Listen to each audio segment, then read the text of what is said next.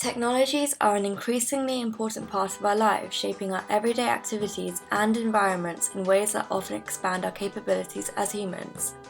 A highly controversial notion is that of technological determinism, a concept which recognizes that different technologies have a specific intrinsic purpose that in turn influence social behavior. The development of technology, in other words, follows a predictable pattern that can't be altered by cultural values.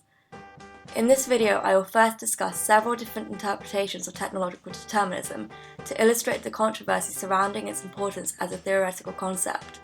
Following this, I will bring into contention the ways in which these understandings apply and are still being produced by Apple Incorporated, despite attempts to portray their products as a means to enhance one's lifestyle. Technological determinism has often been critiqued as it takes out human choice. By extension, determinists would have you believe that the reason the prevailing image associated with Apple products is that of a technologically tethered and media-obsessed individual is because there's something intrinsic about a device that encourages us to constantly check in on our 5 million social accounts.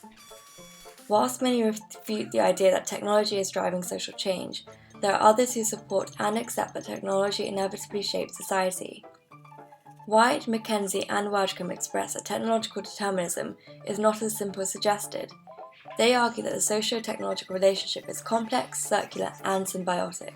We can't live in a world without technological determinism. Marx and Smith suggest that technological determinism can be placed along a spectrum between hard and soft poles. Hard determinism suggests that agency, the power to effect change, is imputed to technology itself, or to some intrinsic attributes. Thus, the advance of technology leads to a situation of inescapable necessity.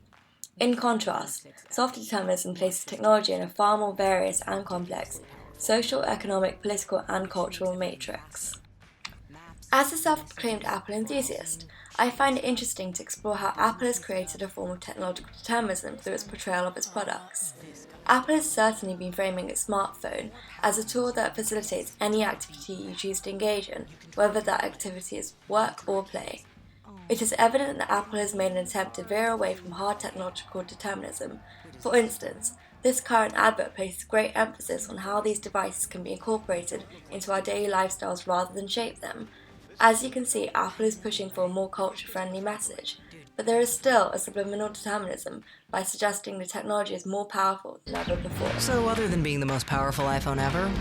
In these ads, however, there is definitely a technological focus where Apple products have taken center stage rather than consumer lifestyles. By using white space to contrast and focus on a product, be it the iPhone, Apple Watch, or iPad Pro, they are still placing it on a pedestal. These products are seen as powerful, attractive, and reliable.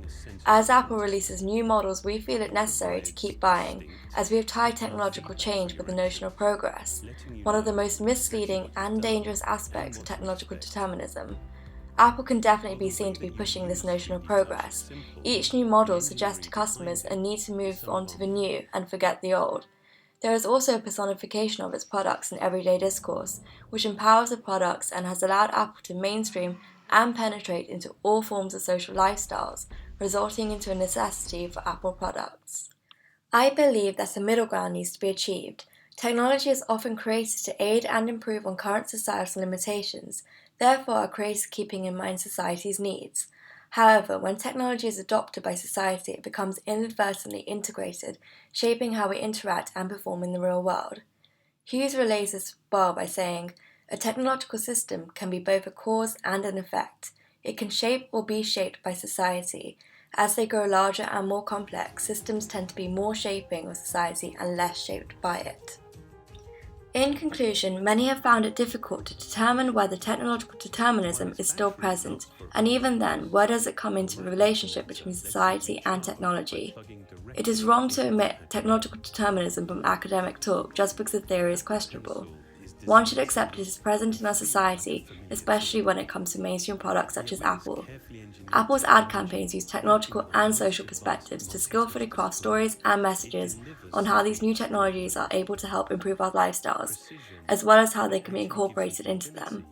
Both perspectives are necessary, one cannot go without the other. Then a thinner iPod. Then a tinier iPod. Then an iPod you can talk on. Then a faster iPod you can talk on. Then a thinner, faster iPod you can talk on. Then a smaller iPod